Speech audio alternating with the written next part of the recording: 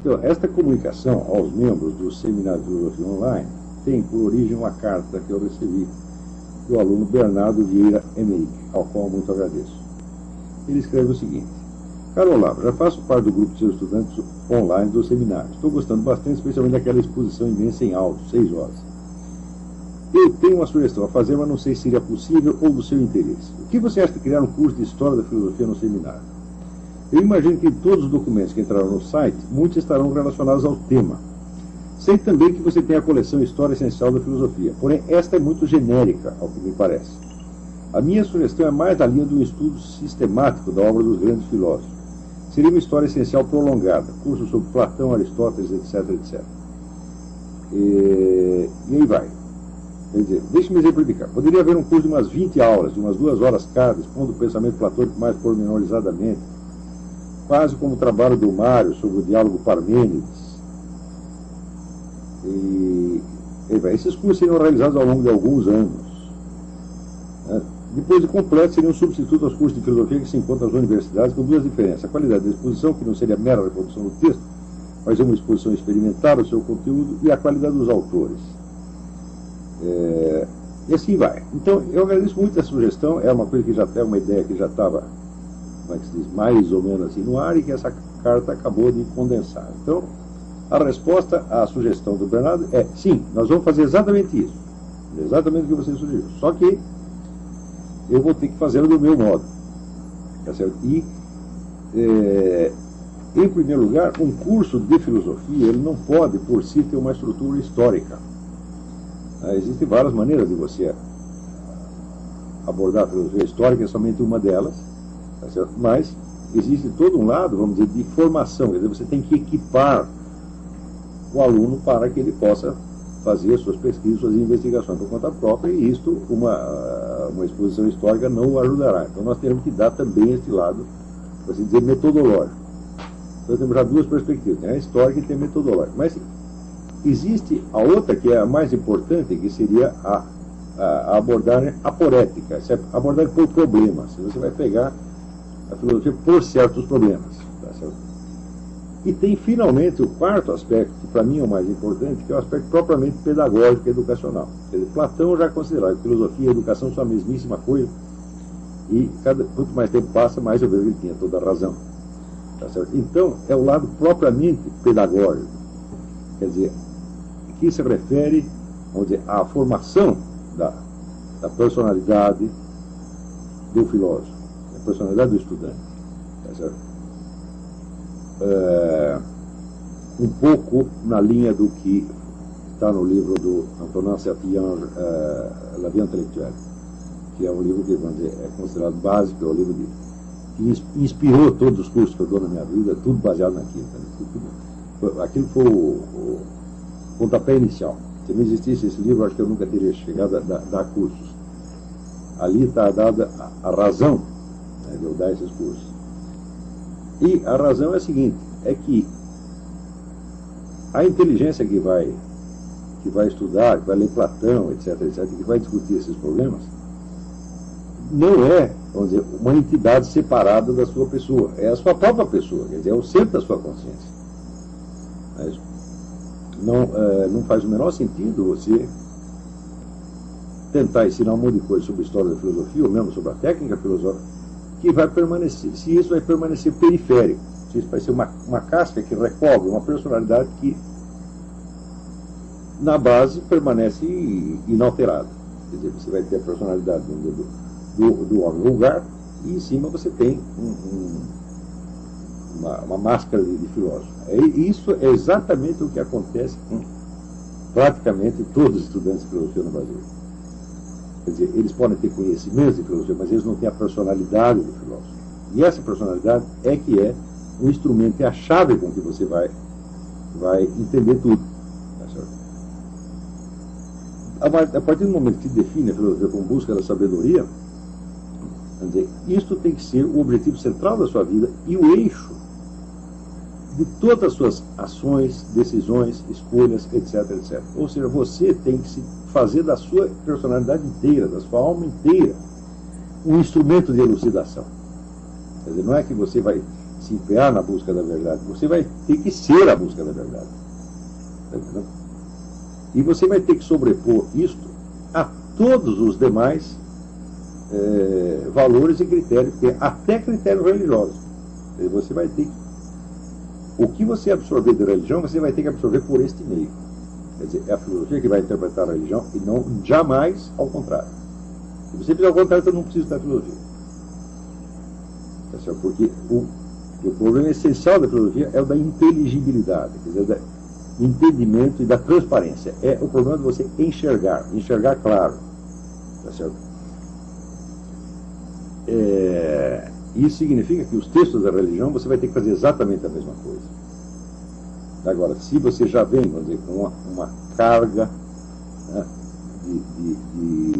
com a obrigação de entender desta ou daquela maneira, porque assim foi a doutrina da igreja, etc., você está esquecendo que a própria doutrina da igreja também tem que ser inteligida, ela também tem que ser coada para se tornar transparente. Então, ela não é um instrumento de interpretação, ela também é um objeto a ser interpretado.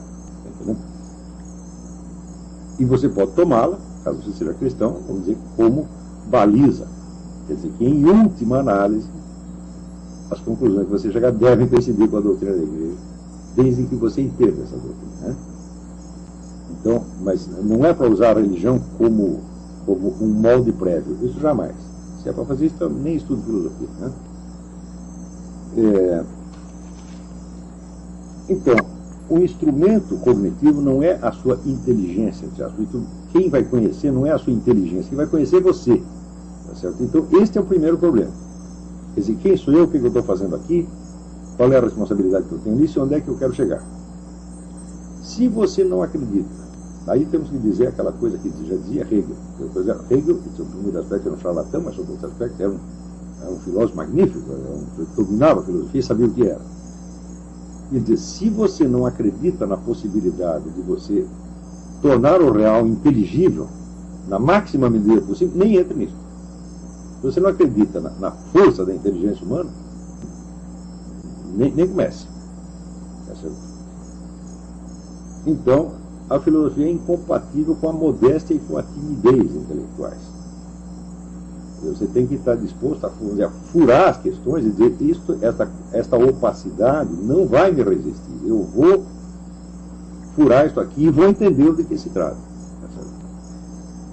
Então, esta é a primeira advertência.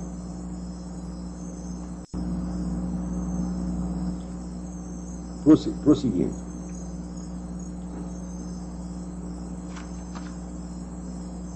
Quer dizer, como nós temos esses quatro lados, nós temos o lado metodológico, o lado histórico, o lado aporético e o lado pedagógico. Nós vamos ter que articular as coisas para que tudo isso seja feito ao mesmo tempo. Então, nós vamos, mais ou menos, seguir uma ordem cronológica, tá certo? Mas sem a preocupação de documentar todos os passos da evolução da história da filosofia, e sim destacando aquilo que seja o mais necessário. Primeiro, para você compreender profundamente o que é a tarefa do filósofo, e o que se espera de você, e quais são as suas obrigações. Né? Em segundo lugar, para equipá-lo com os instrumentos técnicos necessários para que você trate do problema da filosofia, dos problemas da filosofia. A questão, vou dizer, da técnica filosófica é uma coisa básica e que no ensino de filosofia no Brasil é ignorada. A técnica filosófica significa o seguinte: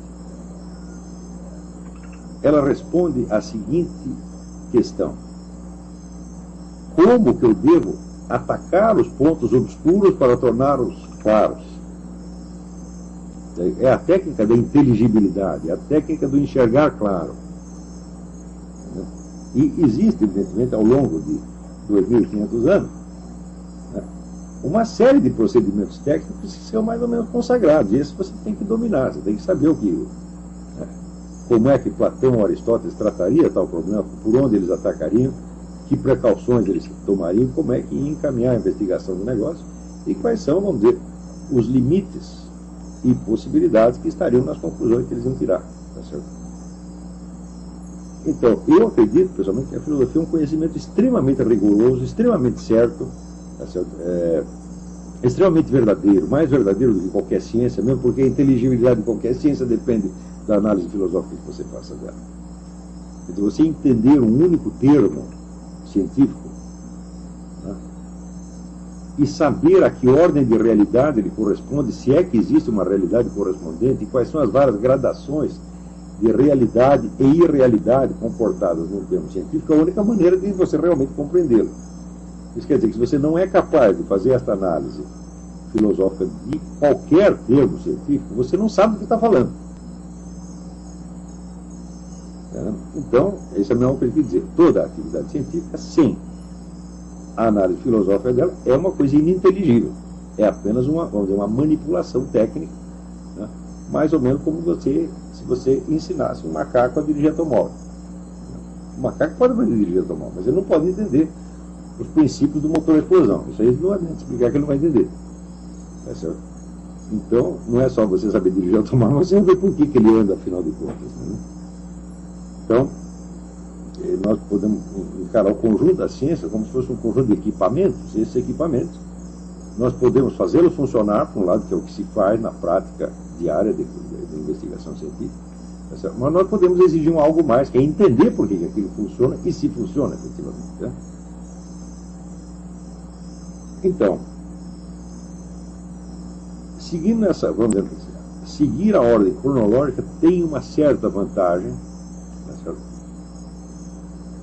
Porque, vamos dizer, as etapas do desenvolvimento da consciência humana coincidem mais ou menos com as etapas do aprendizado, tá certo? E com, vamos dizer, a ordem, né,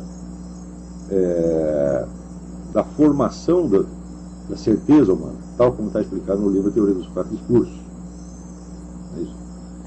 Quando Aristóteles diz que o conhecimento começa com a percepção sensível, da percepção sensível, vamos dizer, ele salta para a elaboração imaginativa, quer dizer, todo aquele trabalho que a memória passivamente, automaticamente faz e que a imaginação, vamos dizer, interfere naquilo criativamente, né? Essa é a segunda etapa. Tá certo? E só depois dessas etapas você pode começar a elaborar os conceitos, isso é, você separar o que seria, vamos dizer, o conteúdo, separar do conteúdo fático, a matéria bruta acumulada ali na memória, o seu conteúdo eidético, as diferentes essências dos vários entes considerados, e só depois começa uma elaboração crítica racional. E quando Aristóteles diz que a coisa é assim, ele quis dizer exatamente que a ordem dos quatro discursos é a ordem do aprendizado. E nós temos uma certa vantagem, porque você vai ver que todo o material chamado pré-filosófico, né, material que você pode colher nas religiões antigas, né, nos antigos mitos, etc., todo ele é linguagem mito-poética. Então, se não houver uma profunda imersão na linguagem mito-poética, o que vai acontecer é que você jamais vai saber do que os filósofos estão falando. Porque não há nada em toda a filosofia universal que não seja uma simples elaboração do universo mito-poético pré-existente. Quando eu falo universo mito-poético, não quer dizer que não estou me referindo a histórias inventadas. Certo? Uma vez perguntaram para o Eric Feiglin o que é o cristianismo. Ele disse, é um mito verdadeiro. A expressão parece contraditória, né? Mas a expressão mito verdadeiro quer dizer duas coisas. Ele é verdadeiro no seu conteúdo, ou seja, naquilo que ele significa, ou nas realidades supremas para as quais ele está apontando. Esse é o primeiro sentido. Mas nesse sentido, o mito da caverna também é verdadeiro. O cristianismo é mito verdadeiro no segundo sentido, que aquela história aconteceu mesmo. Tá certo? Então, é um trecho da história humana, da história real, que se passou neste mundo, nesse planeta, que simbolicamente contém ali a indicação de tudo mais que se seguiu antes e que vai seguir depois. Tá certo? Então, depois que eu disse, sem esta imersão no mundo mito-poético, incluindo, vamos dizer, os mitos que são verdadeiros no primeiro sentido, os mitos que são verdadeiros nos dois sentidos, tá certo? Você nunca vai entender nada. Né? Vamos dizer, exemplo disso é, por exemplo, o famoso livro do Northrop Frye, que chama The Great Code, o Grande Código, onde ele vai mostrar aí que todos os enredos da literatura ocidental, em última análise, não são senão elaborações de esquemas bíblicos. Ora, isso quer dizer o seguinte, que aquele conjunto de histórias bíblicas molda a imaginação ocidental de tal modo que você não consegue sair de dentro daquilo, você não inventa mais nada para além do que está ali. Tá? Você consegue variar em torno e aprofundar camadas e mais camadas, mais camadas e mais camadas de significado. Tá certo? Então, como o nosso curso foi, seguindo aqui a sugestão do Bernardo, ele disse que o curso deveria durar alguns anos. Eu fiz as contas e disse, olha, esse tem que durar 5 anos. Pode depois prolongar, mas para dar o essencial nós precisamos de 5 anos na base de ou uma aula semanal, de digamos 2, 3 horas, ou 2 aulas quinzenais com maior duração, podendo isso ser, vamos dizer, alternado conforme a minha disponibilidade de tempo. Isso aí, se eu só puder dar 2 aulas por mês, eu vou esticar a duração dela. Se puder dar 4, eu diminuo. E nesses 5 anos, quer dizer que o problema do discurso mitopoético, da apreensão mitopoética da realidade, vai tomar o primeiro ano inteirinho. Então, quer dizer, longe de fazer aquilo que, em geral, se faz, você faz dá uma lambidinha, né, no pensamento pré-filosófico e já salta direto para os pré-socráticos, Sócrates, etc, etc. Nós vamos fazer o contrário, nós vamos mergulhar em 1/5 do nosso curso vai ser o universo mitopoético, chamado pré-filosófico, chamado erroneamente pré-filosófico. Né? Por quê? Porque você jamais sai desse universo mitopoético. O que você faz o que a humanidade fez, tá certo? É lançar mais luz sobre certas dimensões que já estavam insinuadas ali dentro, já estavam contidas ali dentro, mas que não tinham sido, como diz o Eric Fromm, articuladas de maneira muito clara. Quer dizer, há um trabalho de progressivo esclarecimento, mas esse esclarecimento se opera mais ou menos sobre os mesmos dados que já estavam no universo mitopoético e que, no fundo, é o mesmo universo no qual nós passamos os nossos primeiros anos. Quer dizer, a apreensão infantil do mundo é também a apreensão mitopoética, é pura síntese imaginativa que você está fazendo. Tá certo? Então, se essa foi a infância da humanidade, essa também será a infância dos seus estudos de filosofia, mas é de uma infância sólida, né, e saudável que nascerá depois, vamos dizer, uma filosofia saudável.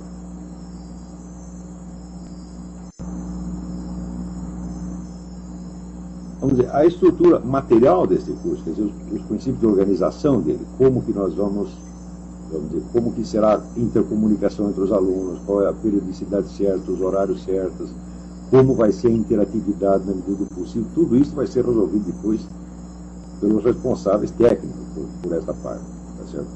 Eu ainda não sei como é que... Tem vários problemas a resolver, nós já mais ou menos equacionamos aqui, mas isso será dado mais tarde para vocês. A função desta comunicação é simplesmente mostrar a vocês o espírito da coisa, tá certo? Para isso, nós elaboramos uma bibliografia inicial que será entregue àqueles alunos que se inscreverem neste curso. Portanto, eu estou pressupondo que nem todos os membros do Seminário de Filosofia Online se inscreverão nesse curso, porque este é um curso sério e eu quero um comprometimento de que as pessoas vão até o fim. Então, ele que não se comprometer até o fim, nem começa. Tá certo? E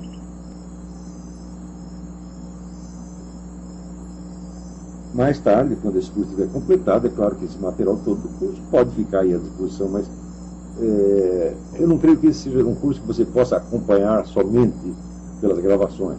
Você precisa da presença do professor ali mesmo para resolver os problemas que vão surgindo na medida que vão surgindo. Entendeu?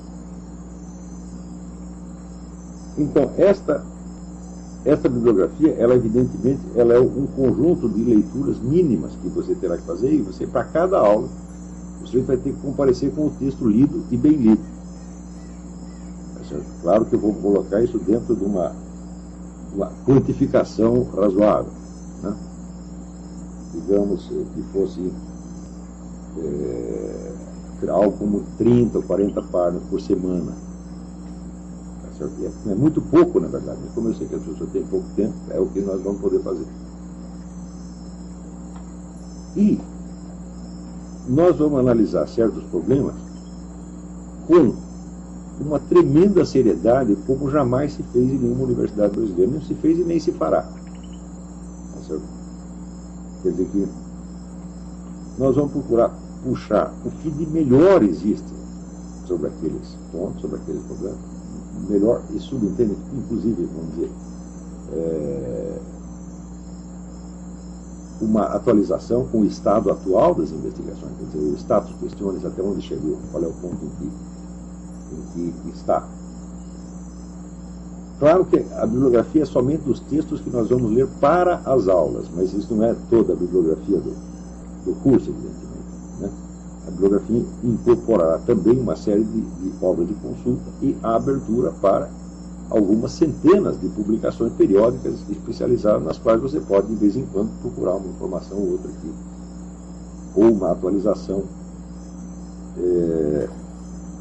que você precisa, né?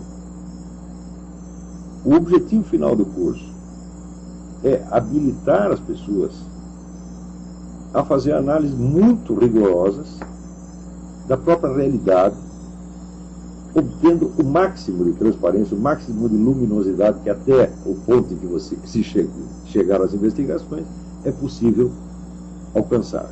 Ou seja, nós não estamos aqui para brincadeira, tá certo? Não estamos aqui para conquistar títulos acadêmicos, se bem que eu acredito que no futuro, um certificado de que você frequentou este curso valerá mais do que 150 diplomas da USP. Porque este curso aqui é um curso sério para valer. Aqui tem um filósofo, não é um professorzinho de filosofia. Não é isso? Uma vez estava o Eric Friedman discutindo com o chefe do departamento dele, o cara disse, mas você sabe que eu entendo disso, eu sou professor de filosofia. E o Friedman disse, pode ser, mas eu sou um filósofo. Essa é a diferença. Um filósofo é um sujeito que, primeiro, consagra a vida dele à busca do esclarecimento. Então, portanto, é um sujeito que não toma posições, não tem opiniões, não gosta mais disso ou aquilo. Ele gosta de saber a verdade. Quer isso seja possível, quer não seja possível. Mas até onde seja possível, ele vai forçar nessa direção. Segundo, ele tem os equipamentos para fazer isso. Ele absorve o patrimônio técnico que a humanidade criou para fazer isso. Então, quer dizer, ele não vai esperar que a sua própria cabecinha, operando sozinha, resolva todos os problemas. Ele vai absorver o patrimônio da humanidade. Se você não absorve, o que acontece? Como ninguém pode pensar sozinho, ninguém conhece nada sozinho, você sempre depende do meio cultural. Se você não tem o patrimônio da humanidade desenvolvido ao longo dos milênios, você vai absorver o quê? As preferências do seu meio social atual. E você vai ser um caipira eternamente. O ser humano, quando ele fala, ele vai sempre ter que usar o testemunho dos outros. O testemunho, e testemunho implica a autoridade do testemunho. A autoridade do testemunho é uma coisa básica. Quer dizer, o sujeito foi lá e viu tal ou qual coisa. E você confia no testemunho dele. Sem esta confiança não existe conhecimento. Mesmo em ciência. Se você pegar qualquer conhecimento científico, você pergunta assim, quantas pessoas tiveram acesso direto a estas experiências? Né? Ou você lê um livro de qualquer, você pega um livro de química, né? E veja assim, quantas destas experiências eu vou poder refazer pessoalmente? É um número ínfimo. Então você vai sempre depender da confiabilidade do testemunho que é passado dentro de uma comunidade de investigadores, né? De geração em geração. Se você não absorve isso, você não tem o que? A autoridade da ciência. Então você apela aqui à autoridade do seu meio social atual. Isso acontece com todos os professores brasileiros de filosofia, eu não conheço uma exceção. São todos dependentes da opinião dos seus coleguinhas, porque eles não conhecem direito a opinião de Platão, não conhecem direito a opinião de Aristóteles, não conhecem direito a opinião de Santo Agostinho, Santo Tomás de Aquino, Duns Scott. Então eles não podem dialogar com esses caras, vocês não podem chegar para esses caras e dizer, professor, como é que é o negócio? Então ele pergunta para o seu chefe de departamento, entendeu? Que é outra besta quadrada que nem ele. Então, aqui não se conversa com o chefe de departamento, aqui nós conversamos com Platão, com Aristóteles, ou seja, nós conversamos com aqueles que sabem, com os melhores que a humanidade conhece, seja de fonte ocidental, seja oriental, para nós tanto faz. Então, aprender a lidar com estas pessoas, por exemplo, vamos supor que você vai absorver Platão, você vai consagrar um ano da sua vida. Nós vamos consagrar um ano, o segundo ano é só Platão e Aristóteles. Tá certo? E é muito pouco, um ano para Platão e Aristóteles é nada. Tá certo? Mas não quer dizer que nós vamos botar o assunto, quer dizer, nós vamos habilitar você a continuar lendo Platão e Aristóteles pelo resto da sua vida, e sempre você vai voltar lá, e sempre vai fazer perguntas, sempre que você exprimir aqueles textos, você vai sair mais coisa, mais coisa, mais coisa, mais coisa. Então, aí você começará a reparar, né, como é ridículo você pretender discutir certas opiniões de Platão e Aristóteles sem você ter absorvido o ensinamento deles. Tá certo? Como fez esse infeliz desse Karl Popper no livro A Sociedade Aberta e Seus Inimigos, que ele pega lá 2 ou 3 opiniões soltas de Platão que ele acha que entendeu, começa a discutir, a refutar, etc, etc. O que acontece é que ele vai passar longe do que Platão disse. Vamos dizer, você não entendeu uma linha do que Platão falou. Isso, Karl Popper. E tem gente que considera o Karl Popper um grande filósofo. Eu considero no máximo, vamos dizer, um razoável professor de lógica e ponto final. Não vai passar disso. Ele não é um mestre da filosofia, não é um grande filósofo, não é nada. Não é uma pessoa que você nem precisa conhecer a obra dele. Então, a própria fama de Karl Popper no século XX já é uma anomalia, né? A não ser no domínio das ideias políticas dele, das discussões, né, políticas de atualidade, onde ele diz algumas coisas inteligentes, mas coisas assim que está num nível que não será muito maior que o do Roberto Campos. Entendeu? Então, quer dizer, nós não podemos fazer o que Karl Popper fez, que é uma leitura amadorística de Platão. E é o que se faz no Brasil, quando a pessoa lê amadoristicamente, quer dizer, não absorveram a tradição de estudos daquilo. Você precisa ver que cada linha de Platão já foi, né, lida, processada, analisada sob mil aspectos. Né? Claro que tem, se você for ver essa bibliografia inteira, tem muita besteira também no meio, muito tempo perdido. Mas tem uma certa linha central que você não pode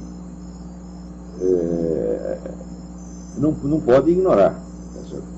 E o século XX foi bastante rico nessas coisas. As pessoas, dentro dos estudos platônicos, aqui pelo menos 3 pessoas acrescentaram alguma coisa essencial no entendimento de Platão, que foi, vamos dizer, o Paul Friedlander, o Eric Froger e o Giovanni Reale. Quer dizer, se você não está atualizado com essas 3 coisas aí, você não vai como é que dizer, não está entendendo Platão da maneira melhor e mais profissional que tem. Quer dizer, esta noção, vamos dizer, de uma consciência profissional, de uma consciência técnica, isto eu não vejo que você possa adquirir nenhum curso de filosofia conhecido no Brasil, porque nunca se... Não é que as pessoas não sejam capazes, talvez sejam capazes, mas nunca quiseram isso. Mas é exatamente o que nós queremos. Então, prosseguindo aqui com a nossa explicação. Eu até hoje, eu só tive a oportunidade de dar cursos de conferências. Um curso no qual as pessoas perguntavam o que é exigir de mim. Eu falo, não é exigir nada, você tem que sentar e escutar. E tentar entender, é só isso. O que precisa ler? De tudo que eu falar, você vai ler o que você quiser. Se não quiser ler nada, vai prestar atenção aqui que já vai funcionar. Porque eram apenas conferências. Eu nunca pude fazer nada a mais. Mas agora nós vamos fazer. Então, isso quer dizer que nesse curso, os alunos não serão ouvintes, não serão públicos. Serão um grupo de aluno que vai trabalhar e que vai ter que demonstrar, dizer, o seu progresso passo a passo, o seu domínio da matéria e, vamos dizer, a sua capacidade e as suas qualidades pessoais requeridas. Nessas qualidades pessoais aparecem, às vezes, não tanto no aproveitamento escolar, mas nas próprias atitudes que o sujeito toma. Quer dizer, eu quero ver se o sujeito age como um filósofo. Está entendendo? Então, isso aí é uma coisa, claro que é difícil de avaliar, mas eu tenho a impressão que eu tenho alguma experiência nisso. Eu sou capaz de perceber. Né? Eu tenho pessoas de muito talento, né, que... Eu vou dar um exemplo, não vou citar nome para não comprometer ninguém, é um problema que já está superado de muitos anos atrás. Um aluno meu, sujeito muito inteligente, muito talentoso, e que uma vez me escreveu uma carta assim: tem lá um professor na faculdade que eu estudo, o cara falou um monte de besteira, etc, etc, mas eu não contestei nada porque eu preciso de uma carta de apresentação dele para ter um lugar no posto da minha universidade. Eu falei: você jamais vai ser um filósofo. Nunca. O filósofo nunca faz isso. Você é superior a ele, você não pode se submeter ao inferior. Você é o homem sério que está pesquisando, você não pode baixar a cabeça. Você está entendendo? Você tem a obrigação de se sobrepor a esse cara e mostrar a autoridade da filosofia, não é a sua autoridade pessoal. Está entendendo? E se você, eu tenho de emprego, tá, fala, passe fome, morra, mas não faça isso. Existe um monte de erros humanos, de pecados, etc., que são compatíveis com a filosofia, mas este não. Vamos dizer, este é o pecado contra a filosofia, o pecado contra a filosofia é o pecado contra o Espírito Santo. É a infidelidade à verdade. Isso você não pode fazer. Você fez isso uma vez, está liquidado. Infelizmente, o rapaz acordou, percebeu que estava fazendo uma bobagem, voltou atrás. Então, você pode ser, tem várias más qualidades. Você pode ser preguiçoso, você pode ser mulherengo, pode ser bêbado, pode ser viado, entendeu? Tudo isso é compatível com a filosofia. Cria problemas, é claro. Mas de uma vez você vai ter conflito. Mas tudo isso não tem a radical incompatibilidade com a filosofia. Mas, vamos dizer, a fraqueza perante a opinião. A fraqueza perante isso que a igreja chama o mundo. Não é isso? E a igreja fala: quais são os inimigos da alma? São três: o mundo, o diabo e a carne. As pessoas não sabem o que é isso. Então, quer dizer, o diabo é aquilo que Cristo chamava os principados e as potestades. Quer dizer, é a estrutura do poder espiritual maligno. Muitas pessoas pensam que diabo é aquilo que inspira, faz um moleque tocar punheta do banheiro. Não, faz tocar punheta do banheiro é a natureza. Agora, o diabo é aquilo que leva não este ou aquele indivíduo, mas o conjunto da humanidade para o mal. Entendeu? Então, em geral, o diabo está ocupado com coisas de envergadura muito maior do que esta. Tá certo? E esses pecadinhos ele deixa que o sujeito faz sozinho, não precisa da ajuda do diabo, ele vai fazer sozinho. Então, entender, por exemplo, as estruturas do mal no mundo, é uma coisa importante que nós vamos ter que, algum dia nós vamos ter que enfrentar isso aí, tá certo? Mas o segundo inimigo da alma é a carne. O que é a carne? Tá certo?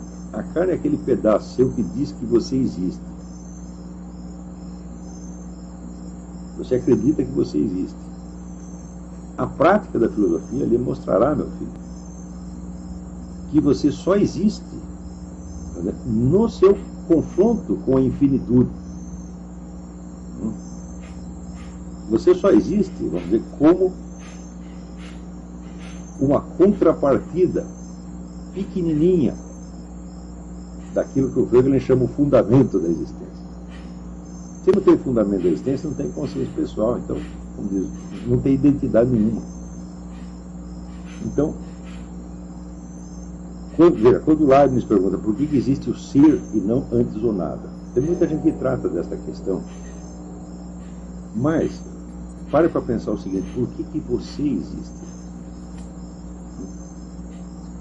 Você já teve profundamente a experiência da sua própria contingência e nulidade?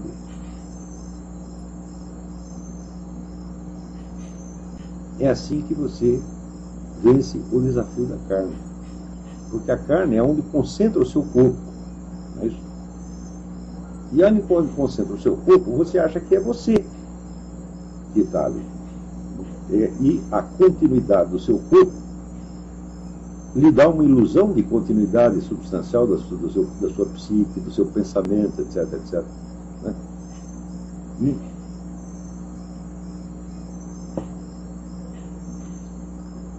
E isto fará então você raciocinar e enxergar o mundo inteiro em função da sua pessoinha. E daí vai sair orgulho, né? Inveja, tudo vai sair daí, mesquinharia, tudo vai sair por causa disso aí. Então o remédio disso aí é você, se você é cristão, Deus, então, quando você rezar, você lembrar isso. Eu estou rezando aqui, mas o que Deus me fez? Eu me faria, eu me inventaria, eu me criaria a mim mesmo? Não tem nenhuma razão para você ter criado. Você só existe por um ato da graça, da misericórdia. Total arbitrariedade do amor divino. É só isto que, só por isso que você existe. Então você não é nada. Você é um zero, zero, zero, zero, zero. Você tem que saber isso por experiência. Você tem que várias vezes perceber isso claramente. As pessoas não percebem porque elas ficam aterrorizadas. Eu também fiquei aterrorizado a primeira vez, mas agora eu me lembro disso e até sinto um certo reconforto nisso. É a experiência de Santo Agostinho. Eu sei que sou, mas eu não sei por que eu sou. Entendeu? Que é colocado no plano certo, no plano humano, a mesma pergunta do Leibniz: por que existe o ser e não antes o nada? Por que existo eu e não um zero no meu lugar? A hora que você vê a sua total contingência, a total desnecessidade que o universo e a realidade tem de você mesmo, pronto, você não está mais no plano da carne. A carne é o seguinte: quando dá fome em você, isso lhe parece extraordinariamente importante. Você acaba de interpretar o mundo inteiro à luz da sua fome. Dá o desejo sexual, você reinterpreta o mundo inteiro à luz do seu desejo sexual. Você tem tudo isso é ilusão, tudo isso é mentira danada, né? E que você realmente é um nada, né? Você é um nada que está com fome, você é um nada que está com tesão, você está começando a ver as coisas na perspectiva de vida. E o terceiro inimigo chama-se o mundo. O mundo o que é? O que as pessoas falam. É o mundo, a tagarelice. As crenças que circulam em volta. Tá certo? Então, existe uma prática, que eu, aliás, vou dar aqui nesse curso que eu vou dar de metodologia, que eu vou dar este mês aqui em Colonel Heights, que é de você rastrear para ver de onde saíram as suas crenças. O dia que você, primeira vez, fizer isso, fizer um repertório das suas crenças, ver como é que elas entraram na minha cabeça, você vai ver, descobrir uma coisa terrível: você é um papagaio. Você nunca pensou coisa nenhuma por sua própria conta, você não conhece nada, você só repete o que ouviu. Ora, você tem direito a um conhecimento próprio, você tem direito à investigação e à certeza. Claro, a certeza razoável, a certeza que é possível dentro daquele domínio, mas as pessoas realmente ficam muito abaixo disso. Porque elas se contentam quando elas dizem uma coisa que as pessoas que elas gostam concordam. Então daí fica aquele grupinho de idiotas que se amam, um mentindo e os outros repetindo a mentira dos outros. Então isso é o que a Bíblia chama o mundo. Está aí. Né? O diabo, né? A carne e o mundo. Então também, nesse sentido, o ciência da filosofia é você adquirir as virtudes resultantes de você lutar para vencer os inimigos da alma. Não fazê-lo no sentido religioso. Não é uma prática religiosa, é uma prática cognitiva. Sem a qual eu acredito que a prática religiosa até perde sentido. Se bem que tem diferença. As coisas não se interpenetram assim tão facilmente. Então, este ponto, vamos dizer, a virtude própria do filósofo, que não são as virtudes morais em geral, não são as virtudes morais, é uma específica, mas que, se você a cultivar, ela pode servir de base para gradativamente você desenvolver as outras, se isto for necessário. Eu não acredito que alguém possa ter todas as virtudes por igual. Então você capricha numas e as outras você pede que Deus perdoe. Isso é mais que suficiente. Então, isso aí mostra para vocês o nível de seriedade e de exigência que nós vamos fazer nesse curso. Em função disso, nem todos os membros do Seminário de Filosofia Online serão alunos desse curso, só aqueles que quiserem e se comprometer, primeiro, a ler o que lhes for recomendado; segundo, estar presente nas aulas; terceiro, fazer os trabalhos; e quarto, lutar para desenvolver em si as virtudes do filósofo, as virtudes de ordem intelectual e cognitiva, mas também algumas de ordem moral. Como o curso vai ter duração de 5 anos, então você terá um compromisso de 5 anos. Terminado isso, você vai ser avaliado, não só mediante trabalho, mas mediante questionários, interrogações, conversas, ao longo de todo o curso. No final, terminada a parte expositiva do curso, você terá 6 meses ou 1 ano para você apresentar um trabalho, sobre um tema que você escolherá ao longo do curso e que eu vou orientar cada um pessoalmente para isso. Tá certo? E no fim, eu dou um certificado. O certificado significa o seguinte: você foi aluno do único filósofo que existe no Brasil. E não é que eu sou o maior filósofo do Brasil. Não, não tem nenhum. Então, só sobrou eu. Então, ser o maior, onde não há concorrente, é a coisa mais fácil do mundo. Eu não considero que seja mérito algum. Aliás, eu considero, vamos dizer, isso um meio de você avaliar a situação, porque se o melhor filósofo sou eu, então a situação é de calamidade pública, mas é o que tem. Então, se você não aprender filosofia aqui, você não vai aprender em lugar nenhum. Você não vai aprender na USP, não vai aprender na Unicamp, tá certo? Em parte algum. Então, é o que tem. Então, fica aí exposto. Esta gravação será colocada no seminário de filosofia, na página do seminário de filosofia para os interessados. Daí nós daremos um prazo para nós termos as inscrições. As pessoas vão assinar um compromisso de ir até o fim. E se não quer tu ir até o fim, tá bom, tu quer ir embora, tu vai, mas tu vai pagar até a última mensalidade. Então, quer dizer, ou você vai pagar e frequentar, ou tu vai pagar e não frequentar. Então isso vai ser um contrato, uma coisa séria para você ir até o fim. Quer dizer que eu não pretendo cobrar nada extra, embora este curso ele não tenha sido prometido na fórmula do inicial do seminário, ele é uma coisa extra que não pretendo cobrar nada mais. Eu só pretendo ter esse compromisso. Porque os outros não têm um compromisso. O cara pode estar no seminário, na parte do seminário 1 mês, no outro mês ele não se inscreve, pula 2, 3 meses, depois volta. Mas neste curso não, é preciso ir até o fim. Tá certo? Então fica aí. Daqui uns 15 dias teremos mais notícias sobre este projeto. Muito obrigado a todos.